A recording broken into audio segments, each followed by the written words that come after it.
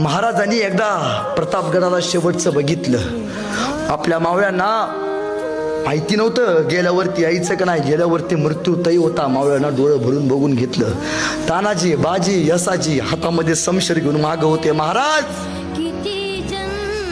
इथं उभारले, साईडला सगळे सैनिक उभा होते. पण सैनिकांच्या डोळ्यात जसा जसा महाराजांचा एक एक पाऊल शामिण्याकडे जात होता, सैनिकांच्या डोळ्यात पाणी येत होतं. का? काही झालं तरी चालेल, लाख मेले तरी चालतील, पण लाखाचा पोशिंद्याला काय नाही झालं पाहिजे. महाराजांचा एक पाऊल शामिण्याच्या आत टाकला. महाराज शामिण्याच्या आत गेले. मावळ्यांना महाराज दिसायचे बंद झाले. सर्र करला तानाजींच्या डोळ्यात पाणी आलं. राजा आत गेल्यात, काही होऊ दे, जीवाचं रान करू, पण महाराजांच्या अंगाला हात नाही लावू देणार. प्रत्येकाने शपथ घेतली.